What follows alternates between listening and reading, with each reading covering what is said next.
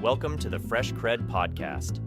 In today's episode, we're bringing you an exclusive look into the transformative world of produce with Mayra Vazquez, co-founder of Latin Specialties.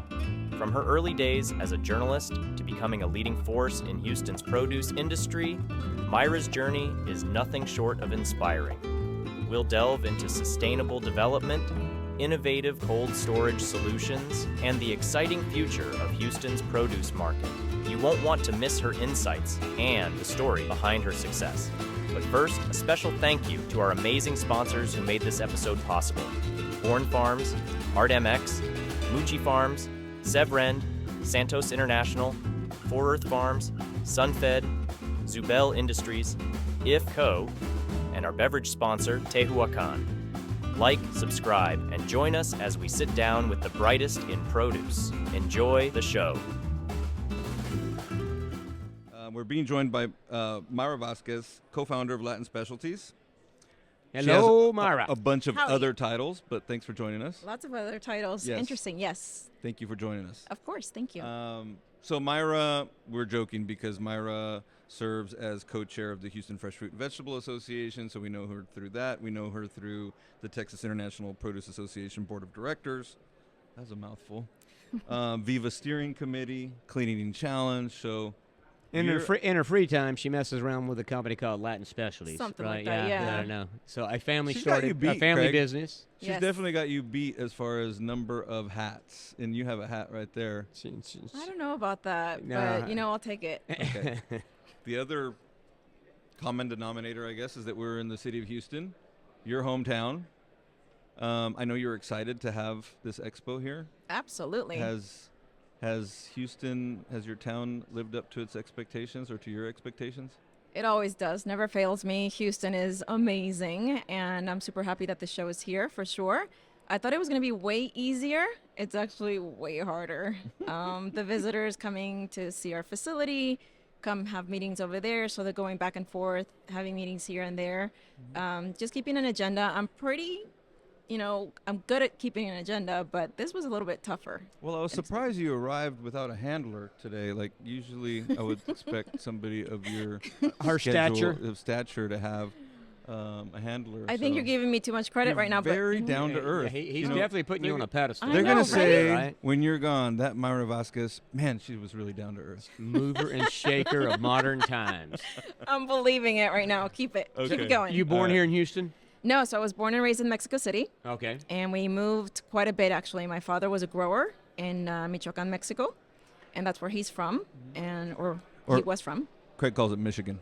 Michigan, Mexico, yes. Yeah. It's my Tex-Mex. Don't tell the avocado growers that, please. No, I won't. Believe me. Yeah. So from there, he wanted to expand into the U.S. market, and so he took us to California, and then we went to McAllen, and then Venezuela, and then Houston. And here's a fun story for you. So from Houston, I decided to pursue my career as a journalist. Don't hate me when I say this, but I did work for CNN, okay? Oh. And so I took off for quite a bit. I actually worked here in Houston as a journalist for Telemundo, Univision. Fun times. I just didn't like local news because it's all about, just deaths and all this tragedy and stuff. Yeah. And so I wanted to be more about history and culture and all that good stuff. So I applied, and we actually went to an expo, and everybody told me no. It's like, you're too this, you're too that. And so everybody was telling me, yeah, you're too young for the role that you're applying. Basically, I wanted to be a field reporter. And the last station before I left the expo was CNN. And I was like, oh, I wonder how they're going to tell me no. And long story, they said, we'll call you in a month if we're interested. This was Friday, a random Friday. And then on Monday, I get a phone call. It's like, oh, this is so-and-so from CNN. We're interested in interviewing you. And I was just like, oh, my gosh, this is a joke. And I thought it was a friend of mine. Long story, fast forward, I take the job, 2.5 years. During 9/11, I was living in Atlanta. And then my brothers decided to build this incredible state-of-the-art facility here in Houston for an expansion that we did. And they said, you know what, come back to reality. Come work in the produce industry with us again. And so here I am selling papayas, pineapples, mangoes. Wow. So that is a different path. Most people don't necessarily go to CNN and then come back to this. That's But a hell of a roundabout path. that's What are a you talking roundabout about? path. That's around the mountain, and here we go. Yeah, for Leave sure. it to Mayra. But you know what? The media's loss is the produce industry's gain, I would say, for sure. I like that. For sure. So, no, you and I go back. We've had a long history, mostly through the HFF and VA, Yes. right? That's even hard to say. Even the acronym's hard to The say. acronym's a little difficult. Houston Fresh Fruit and Vegetable Association. Yeah. Yes, HFFVA. It's exciting that, so it lost momentum for a bit. A lot of produce industry leaders were not really participating. And so we approached Dante to see if he would be interested in merging HFFVA and TIPA. And he gladly said, Mayra, I would love to. Let me look into it, because he's very cautious, as he should be. And so it took a little bit for him to work on it with his team. But we're excited to say that it's going to be kind of like a, I don't know, what do you want to call it, a merger or a... Yeah. It's going to keep its name. A branch, maybe? Yeah. But yeah, so we wanted to keep the name. And so we asked him, is it possible to potentially keep HFFVA? And he said, we'll make it happen. And so everybody that was on the board is extremely excited to hear about it, because Houston needs something like this, for sure. There's so much food industry talk here. I'm going to assume one of the challenges was that, I mean, we've been volunteer leaders for many years with TIPA, but blessed with having staff, right? So Craig, my man here, he's a big idea guy. He loves giving big ideas and encouraging Let others somebody to else. execute. I like ideas. I don't like to necessarily execute. And I I was think just about with to these say. smaller organizations, volunteer leadership is left to carry the load, right? I mean, there was no staff for HFFVA, correct? It was volunteer leadership, and everybody has their day job. So Yep. to have those situations where people have the bandwidth to actually execute those things, it's not easy. I know. So I think this is a great fit. We have the infrastructure within TIPA, and even if it means some expansion, it's not going to be to the degree that you would have to from the ground up. There's a ton of synergies. I mean, I would love to see the gift of produce be brought back. Oh, yeah. I would love to see, what was it, like bi-monthly luncheons and stuff like that. It was monthly originally. It was monthly originally, yeah. I mean, that can happen. I mean, in a city like this, with just because of the sheer population, anything can happen, really. And that's spot on. That's probably the reason why it was dying down. It's just we're so busy in the industry. We know the industry is not getting any easier. We just don't have enough time. And so it was very volunteer based. There were no employees, like you mentioned. Therefore, that's why we approached TIPA, because Dante said, you know what, we've got the team to work on this. And so why not? So I'm excited about that. But yeah, that's spot on. That's probably why it was dying down. But So do you guys have a vision yet? Are you going to do monthly luncheons? Are you going to go back to that format? Is it going to be a couple of times a year? What do you guys start do? at Myra's house, because she was talking about renting her house out. Really? We're not going to let this go. So the first Apparently one is not. going to be like Myra's pool party backyard barbecue thing. I've got the chef in Houston that can come and do the cooking. now we're talking. So I've got the chef covered. Okay, Seriously, though. done deal. Brenner's, one of my favorite places. It's delicious, yes. Yeah. Brennan's. Or Brennan's. Brennan's.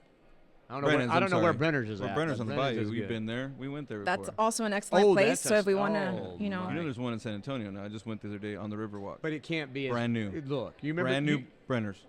I don't, oh but no, what I I'm see an telling argument coming. This place here in Houston, because it's on the bayou there, right? I mean, Yeah. it's got Oh, it it's is amazing. Thus, Brenner's on the bayou.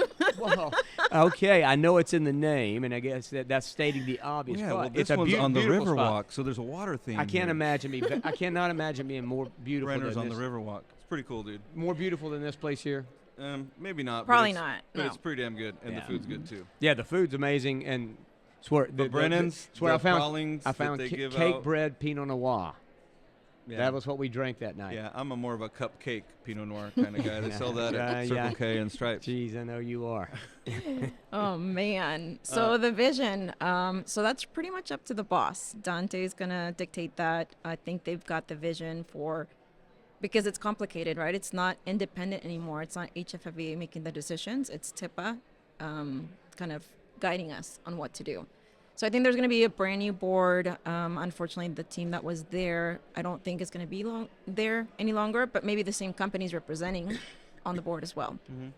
So, Well, I mean, like anything, right? I mean, I think revenue generation is important. I mean, I think we need to make sure that we'll be able to cover costs for whatever we do, right? absolutely. I really liked the component of sponsorship. I think at one point, a company like, let's say it's IFCO or SunFed wants to sponsor lunch, but they also get 30 minutes to talk about. Yeah. I mean, some of the most interesting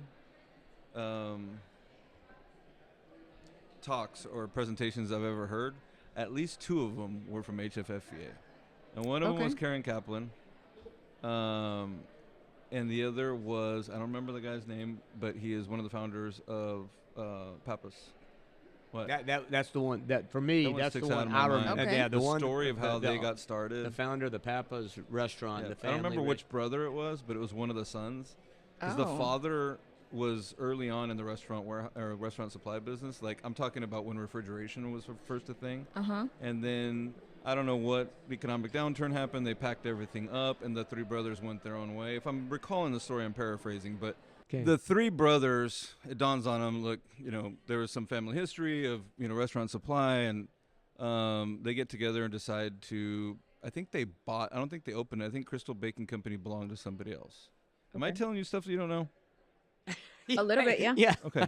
I mean, because you're looking at me. I'm looking at her I don't face. know. I'm thinking, yeah, she has no idea. So. Okay, And so- I don't recall. I recall the Chris- luncheon, and it was very impressive, but that's all I Crystal recall. Baking Company was kind of like a very, I don't know, well-known restaurant, and that's where Papa's restaurant chain started. Like, they started with that little restaurant, and they also have like coffee shops and stuff that we don't know about. Yeah, Mary's, the Yeah. burgers and all that stuff. But super interesting story, and so that was from one of those luncheons, and I've told that story.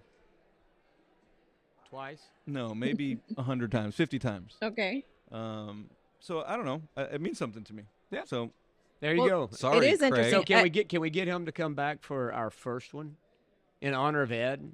Man, the expectations here. Yeah, with you know what? me. I know you can pull that off. Myra's like, I'll why are you call him. I'll Myra's speed like, why dial are you him. looking at me? Just, we'll ask somebody. Oh, why don't you call him? Yeah. Well, no, I can guarantee you, if she doesn't know them, she knows someone that knows them. I would You know put who a. else I I would like put a. is I would put Tillman a. Fertitta. I would put a. Oh, now we're talking. Okay, You can pull that off. potentially. No promises. Okay. right up skip there. Pappas. Skip Pappas. Sorry. Oh, okay. No. Yeah. Get him on. Okay. Oh my gosh.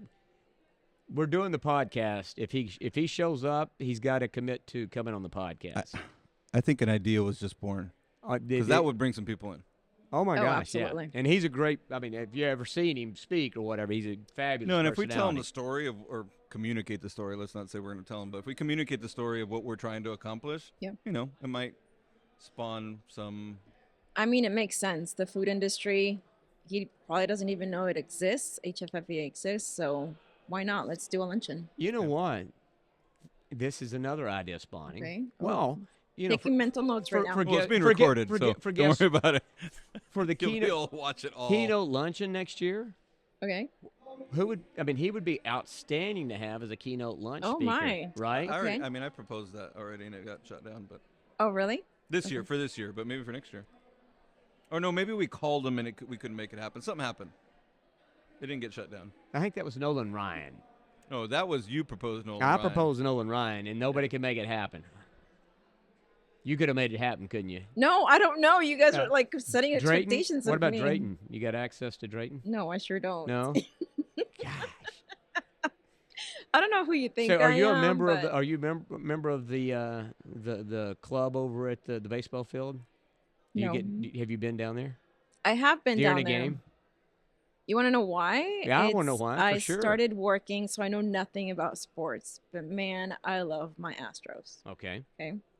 So before I got hired at CNN, I got hired at Minute Maid when it first opened up. So I got to see everything. I got to give tours to people. So yeah, I got to meet the players. And back then, like, my friends were like, "Why would you get a job in sports? Like, you don't even know the name of the players." And it was true. So I was like, "There's a lot to learn here." So I learned it, but I quit. I want to say 6 weeks into it because then I got hired at CNN.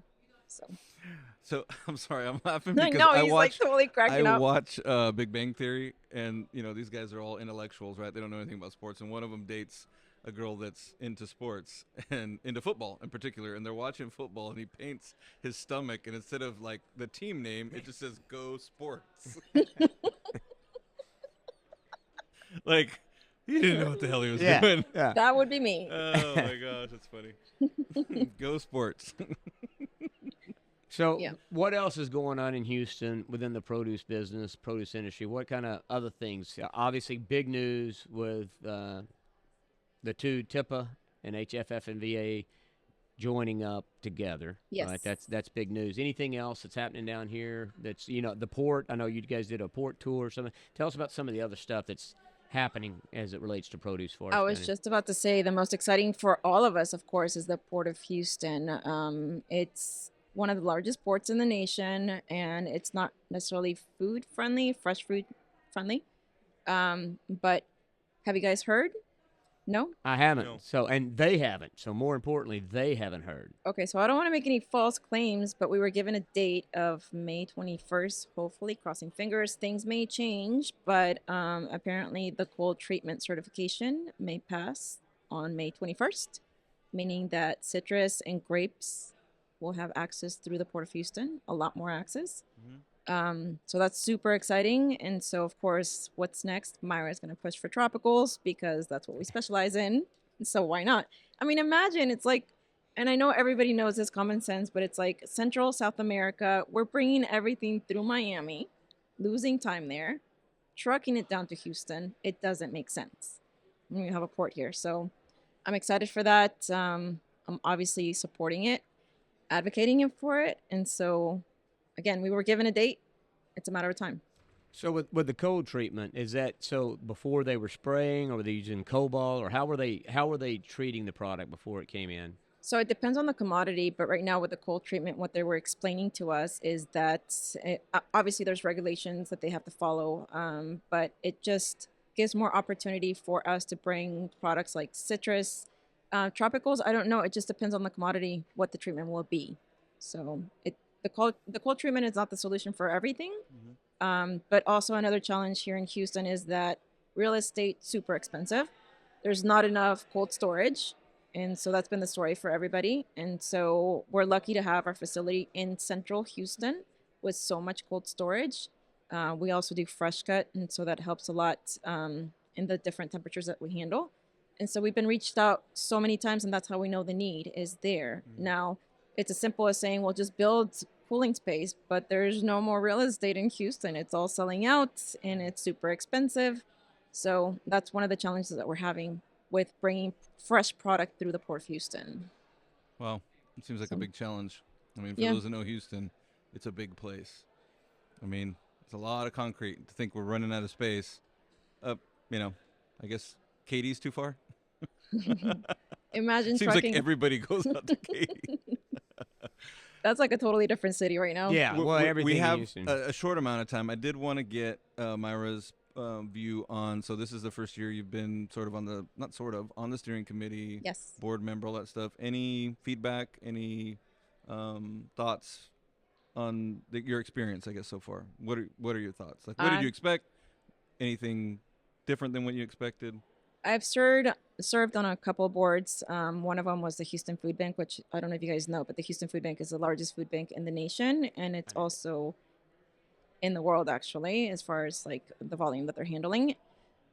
So that was a great experience, and then I brought that into this board. In my mind, of course, comparing, not to compare, but my expectations, they were high. Why? Because we have a great leader, Dante. He's amazing. And so the potential for this board is huge. I mean, we know why. It's just like produce, educational projects that schools are looking into, politicians are looking into it. How do we promote them? So it's this board that can help us grow knowledge about food.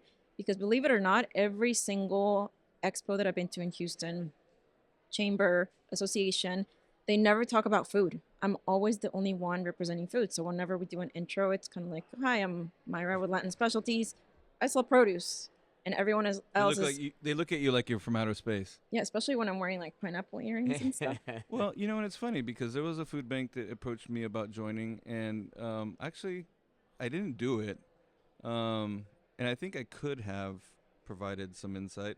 I mean, I don't sell produce, but I know a little bit about the supply chain, and everybody else was like real estate agents and Yes. brokers. It seemed more like a social type endeavor, right? Oil and gas, medicine. Like- I'm not sure they're tapping the right people to. I'm not saying Houston. I'm saying another another Oh, food yeah. bank. Okay. Yeah. Well, yeah, still in Houston. There's not enough talk about it. So I contacted so many city officials and I said, if you cannot make it this year, I want you guys to be there next year, please. You need to understand like what the food industry is going through, especially the fresh produce industry. Yeah, definitely. All right, so we're getting tight on Well, time, but we okay. got to get out with it's a very personal question. Oh boy. So yeah, so get ready. You know, if you're not comfortable with it, we completely Oh my understand. God. Now I'm really scared. No, so what's your favorite genre? I'd say samba, tropical music. Samba, tropical music. Well, I'm definitely probably not going to know anybody in that genre, but I'm curious. If I looked at your Spotify for the last year, Oh, God, I what would be knew. your top musician or top album? Okay, let's change it then. It's Spanish rock pop and it's Luis Miguel. Let's do this. Luis Miguel? Yes, do you know who he is? Tell Yeah. me. Well, okay. Is he out of Mexico? Yes. Yeah. Country kinda. country and western singer, cowboy Oh hat. goodness, no. Okay, well, no, I They do call know. him El Sol de Mexico, Yes. which means Mexico's sun. Yeah. I'm ashamed to say that I'm a big Luis Miguel fan. Are you? I saw You're him as a ashamed to kid say that? in Why? Acapulco once, like at a Ritz. I was like 12. He must have been 20. Okay. And then my wife took me to see one of the best, if not the best, concerts. Bryce is 23, and she was pregnant with him, so 23 years ago. At the Mandalay Bay in Vegas. Okay. It might be the best concert I ever saw in my life. Thank We'll you. have to talk about it later, but it was super cool. Thank I you. have a question for you, though, real quick. Okay. Unfortunately, tomorrow, say, is the last day on Earth for you. How would you want to be remembered, or what for? What would be the main thing you'd want to be remembered for? Oh goodness. So I'm such a humanitarian. I work in the food industry and I see how hard our people on the fields work. Mhm. And if I could, my mission is to return money back to them, build them schools, housing, support them as much as possible. So I just want to help people. I don't have kids, and so it's what am I going to leave behind? It's just my hard work paid off and will hopefully help others. That's awesome. We're going to have to do a part 2 because we didn't cover about half of my list. Myra, thank you Thank very you. much. Thanks, Myra. And well, Thank hey, you for We're having me. we're looking forward to working with you more. yeah, more and more, and we'll do more with the HFFVA. Viva Houston! Viva Houston. Viva Houston.